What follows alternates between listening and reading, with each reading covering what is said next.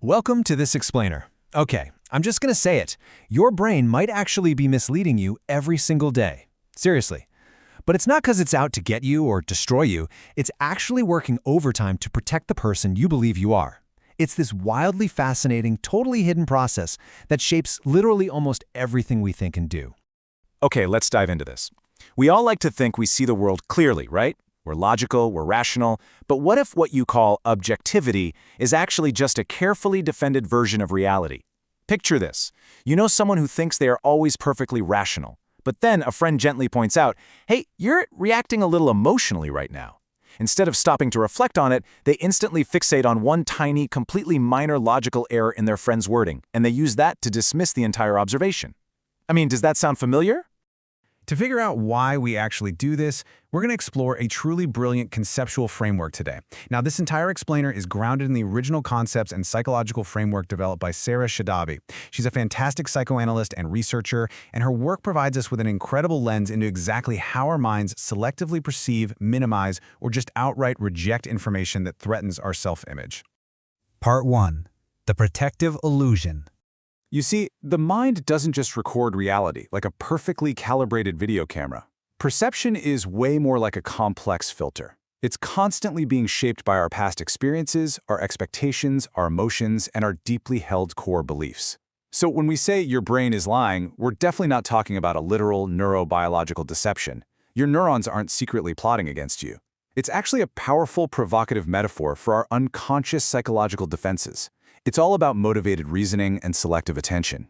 Your mind acts as a shield, making sure the story you tell about yourself stays completely intact, even when the facts point the other way. Part 2. Architecture of the mind.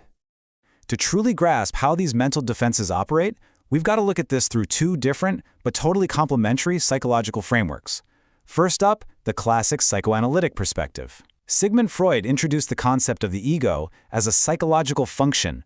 Think of it as a sort of internal diplomat.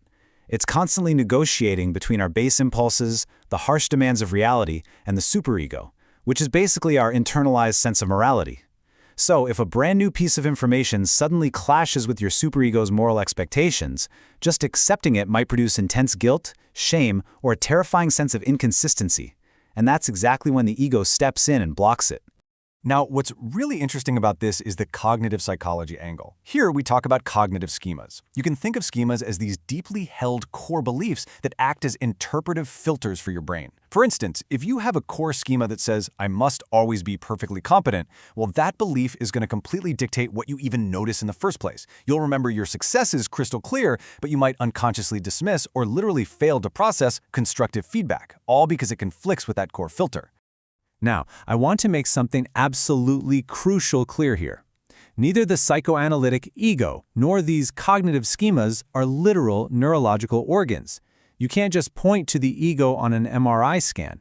Psychoanalysis offers us a theoretical interpretation of internal conflicts, while cognitive psychology gives us the empirical mechanisms for how we actually process information. But you put them together and wow! They provide a stunningly clear picture of why we behave the way we do when we feel threatened. Part 3. Mechanics of Distortion. So how do these theories actually play out in real time when we encounter information we just really don't want to hear? Well, it typically follows this precise four-step sequence. First, we encounter the external information. Second, if that information contradicts our self-image, it immediately registers as an emotional threat. Third, our selective attention and confirmation bias kick into high gear, meaning we start looking only for evidence that proves us right and minimizing the rest. And finally, step 4, we produce a defensive response, like motivated reasoning, to safely preserve our existing self-image. And, this entire sequence is driven by a desperate need to resolve something called cognitive dissonance. This is that profound, nagging, psychological discomfort you feel when your beliefs, your identity, and the evidence right in front of you are in total conflict. Your mind really wants to reduce that painful friction, and frankly, it'll often choose to just warp the incoming evidence rather than do the incredibly hard work of changing a foundational core belief.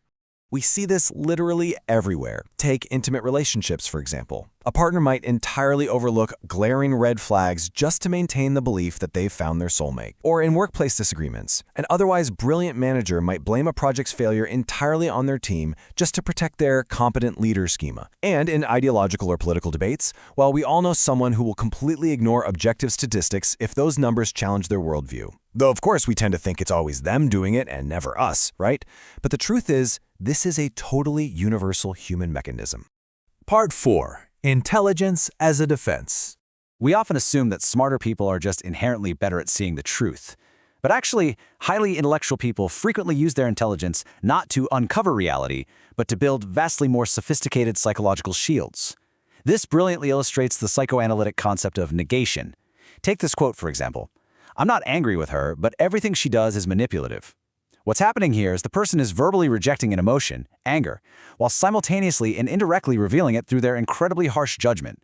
They're managing a really uncomfortable emotion by trying to turn it into a seemingly objective critique of the other person. This often takes the form of intellectualization. Imagine someone who can perfectly, and I mean academically, explain all the nuances of attachment theory, yet they're completely incapable of acknowledging their own deep-seated fear of abandonment in their actual relationships. They use abstract concepts, logic, and sophisticated language to create a safe distance from painful emotions. Thinking and analysis literally become a defense mechanism when they replace emotional contact rather than deepening genuine understanding. So the crucial point is how we actually recognize this happening in ourselves. We obviously can't just put ourselves in an MRI machine to find the exact moment of repression, but there are some heavy clues. Things like sudden irritation, mocking the other person, abruptly changing the subject, obsessing over a tiny detail while ignoring the main point entirely, or suddenly attacking the speaker's character. Now, these behaviors aren't absolute proof of denial, but they are giant, red flashing lights warning you that an emotionally important belief is currently under fire. Part 5. Facing the reality threat. Once we realize our brain does this, how do we handle it without, constantly pathologizing ourselves? Well, first, it's vital to understand that these defenses are not simply weaknesses. They actually serve an adaptive purpose. They provide a continuity of identity, they help us belong to a group, maintain our emotional stability, and they protect us from overwhelming shame, grief, or helplessness. They're basically temporary survival tools. The problem is, they become incredibly costly when they lock us into rigid patterns that prevent learning, personal accountability, and true intimacy. To help catch these defenses in action, here are 5 super practical, evidence-informed questions you can ask yourself in heated moments. Number 1, what information am I immediately trying to dismiss? 2, which part of my identity feels threatened right now? 3, am I actually evaluating the evidence, or am I just attacking the person presenting it? 4, what difficult emotion would I have to experience if this observation were even slightly true? And 5, my personal favorite, what would change if I allowed myself to be just 5% wrong? These aren't clinical diagnostic questions, guys. They're powerful tools for everyday self-inquiry to gently challenge our own motivated reasoning. We're going to end this explainer with a truly profound thought from Sara Shadabi, the psychoanalyst and researcher whose brilliant framework guided our entire discussion today. She notes, "The opposite of self-deception is not perfect objectivity. It is the courage to remain present when reality disrupts the story we tell about ourselves." I just love that. Psychological maturity isn't about becoming a perfectly logical robot. It's about developing the curiosity to notice when we're choosing emotional protection over growth. So the next time you feel that sudden flash of defensive irritation, I want you to ask yourself, what story is your mind trying so desperately to protect?